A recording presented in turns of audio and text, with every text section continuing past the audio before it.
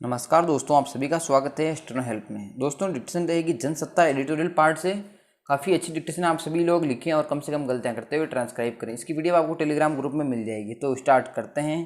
3, 2, 1 start. केंद्रीय माध्यमिक शिक्षा बोर्ड की परीक्षाएं रद्द करने का फैसला हालात को देखते हुए तो उचित ही है। ज़्यादातर राज्य भी परीक्षाएं कराने के पक्ष में नहीं थे।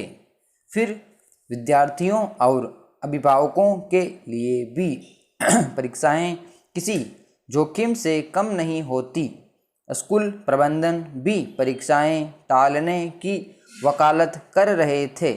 कुल मिलाकर सभी पक्ष परीक्षाओं को टालने या रद्द करने की मांग कर रहे थे और इसीलिए ही पिछले महीने 15 अप्रैल को सीबीएसई की 10वीं की परीक्षा रद्द कर दी गई थी। लेकिन 12वीं की परीक्षा को लेकर तब कोई फैसला नहीं हो सका था। ऐसे संकेत ये थे कि 12वीं की परीक्षाएं जून में करवा ली जाएंगी। 1 जून को परीक्षा की तारीख का ऐलान होना था। इसके लिए केंद्र ने राज्यों से सुझाव मांगे थे, पर हालात को देखते हुए ज़्यादातर राज्य इसके लिए राजी नहीं थे। इसीलिए मंगलवार को प्रधानमंत्री की अध्यक्षता में हुई बैठक में परीक्षाएं रद्द करने का फैसला हुआ। पर मामला सिर्फ सीबीएसई की परीक्षा तक ही सीमित नहीं है। इंडियन स्कूल सर्टिफिकेट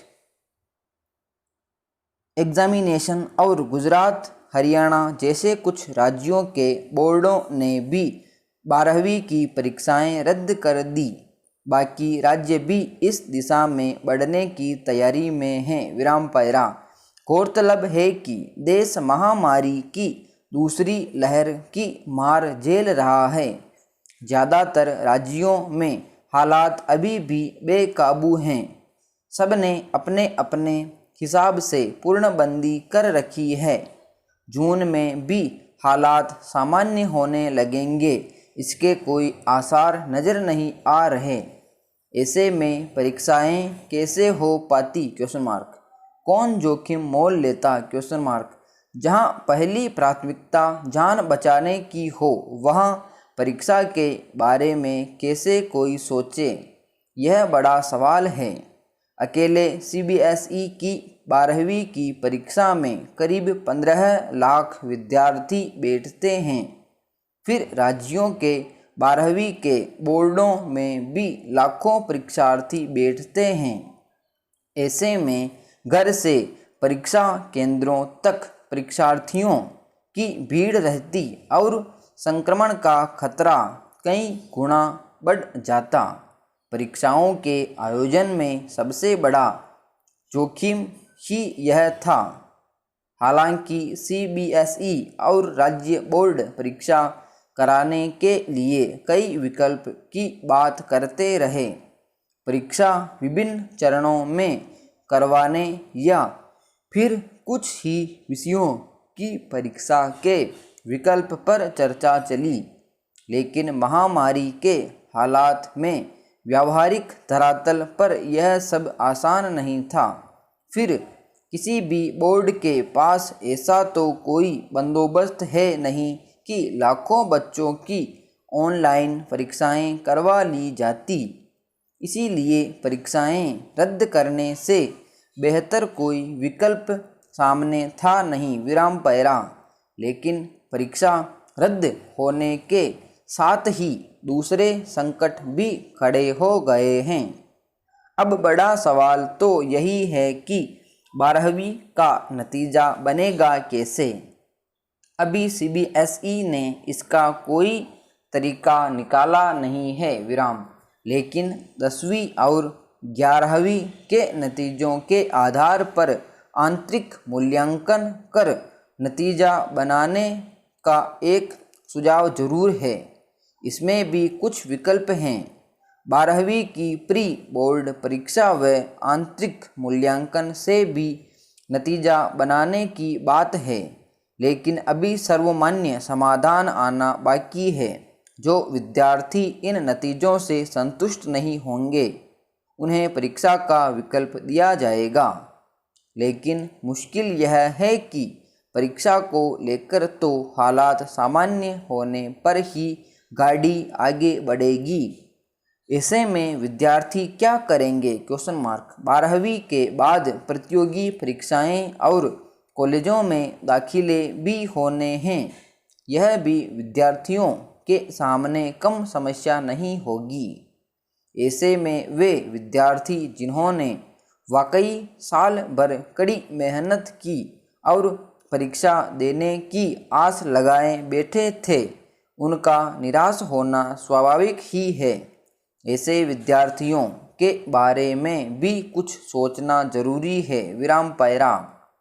पंजाब में कांग्रेस को जिस तरह की चुनौतियों का सामना कर पड़ रहा है वह ज़्यादा गंभीर इसलिए है कि यह मुश्किल पार्टी को अपने विपक्ष या किसी अन्य दल की ओर से नहीं पेश की जा रही है, बल्कि मुख्य वजह अंदरूनी स्तर पर मतभेदों का गहराते जाना है। विराम। हालत यह हो गई है कि कांग्रेस को इस तरह कलह पर काबू पाने के लिए 3 सदस्यों की एक समिति गठित करनी पड़ी और संबंधित नेताओं को तलब करना पड़ा। मंगलवार को इस समिति के सामने पेश होने के बाद नवजोत सिंह सिद्धू ने जिस तरह कहा कि सत्य प्रताड़ित हो सकता है, पराजित नहीं, उससे साफ लगता है कि आपसी खींचतान से उलझा मामला अभी आसानी से नहीं सुलझने वाला है। गौरतलब है कि वरिष्ठ नेता मल्लिकार्जुन खड़गे की अध्यक्षता में कांग्रेस ने समिति को यह जिम्मेदारी सौंपी है कि वह पंजाब में पार्टी के भीतर आपसी कलह से गहराते संकट के बीच अलग अलग पक्षों से बात करके मसले को सुलझाने की कोशिश करे। इसी क्रम में समिति के सामने पेश होने के बाद नवजोत सिंह सिद्धू ने कहा कि पंजाब के लोगों की जो ताकत सरकार के पास जाती है वह लोगों के पास वापस आनी चाहिए। जीतेगा पंजाब और जीतेगी पंजाबियत। पैरा। जाहिर है सिद्धू यह संदेश देना चाहते हैं कि वे दरअसल पंजाब के लोगों के अधिकार का सवाल उठा रहे हैं और उनकी अपनी कोई महत्वाकांक्षा नहीं है। लेकिन पंजाब के मुख्यमंत्री कैप्टन अमरिंदर सिंह और सिद्धू के बीच जैसी खींचतान सामने आई है उसमें इतने ही भरोसे के साथ नहीं कहा जा सकता है कि दोनों पक्षों के सवाल वास्तव में जनता के सरोकार से जुड़े हैं। मामला अब केवल सिद्धू तक सिमटा नहीं हुआ है।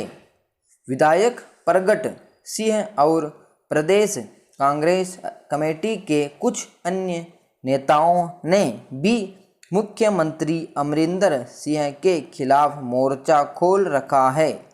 सच यह है कि पिछले कुछ समय से अमरिंदर सिंह और सिद्धू के बीच एक दूसरे के खिलाफ बयानबाजी में जिस स्तर की तल्खी देखी गई है उसमें किसी सरोकार के बजाय महत्वाकांक्षाओं का टकराव ही ज़्यादा दिखता है। यह जरूर कहा जा सकता है कि अगर पार्टी कलह का हल जल्दी नहीं निकाल सकी तो उसके बाद राज्य में जैसी राजनीतिक अस्थिरता पैदा होगी उसका असर जनता के हित पर पड़ेगा। मगर जो तस्वीर दिख रही है उससे निपटने के लिए कांग्रेस को शायद ज़्यादा मेहनत करनी पड़ेगी। विराम पैरा। करीब 4 साल पहले जब सिद्धू कांग्रेस में शामिल हुए थे तब शायद उन्हें अपने किसी उच्च पद की उम्मीद थी। वे पर्यटन सहित अन्य महत्वपूर्ण महकमे की जिम्मेदारी मिलने से संतुष्ट नहीं थे और अमरिंदर सिंह को अपनी राह की बाधा मान रहे थे। इस बीच अपने विरोधाभासी बयानों से उपजे मतभेदों से पैदा हालात में उन्होंने इस्तीफा दे दिया, लेकिन इसके बाद उन्होंने कैप्टन अमरिंदर सिंह को घेरना जारी रखा। खास तौर पर उन्होंने 2015 में बरगारी गोलीकांड के जिम्मेदार लोगों पर कार्रवाई में ढिलाई करने का आरोप लगाया, जो सत्ता में आने के लिए कांग्रेस का एक अहम मुद्दा बना था। वे सारी कड़ियाँ कलह की वजह बन रही थी, लेकिन अब टकराव सतह पर आ चुका है। विचित्र यह है कि किसान आंदोलन के निशाने पर भाजपा के होने का सीधा फायदा उठाती कांग्रेस फिलहाल अपना ही घर संभालने के लिए जद्दोजहद कर रही है। हालांकि किसान आंदोलन के सवालों के निशाने पर राज्य सरकार भी रही है। बहरहाल पंजाब में अगर अपने नेताओं के आपसी टकराव को समय रहते खत्म नहीं किया गया तो देश भर में पहले ही कमज़ोर हालत में पहुंच चुकी कांग्रेस के लिए स्थितियां ज़्यादा जटिल हो सकती है। विराम समाप्त। दोस्तों, ये थी डिक्टेशन 11 मिनट 10 मिनट और 35 सेकंड की 11 मिनट और 35 सेकंड की काफ़ी अच्छी डिक्टेशन आप सभी लोग लिखें और कम से कम गलतियाँ करते हुए ट्रांसक्राइब करें। मिलते हैं नेक्स्ट वीडियो में। जय हिंद।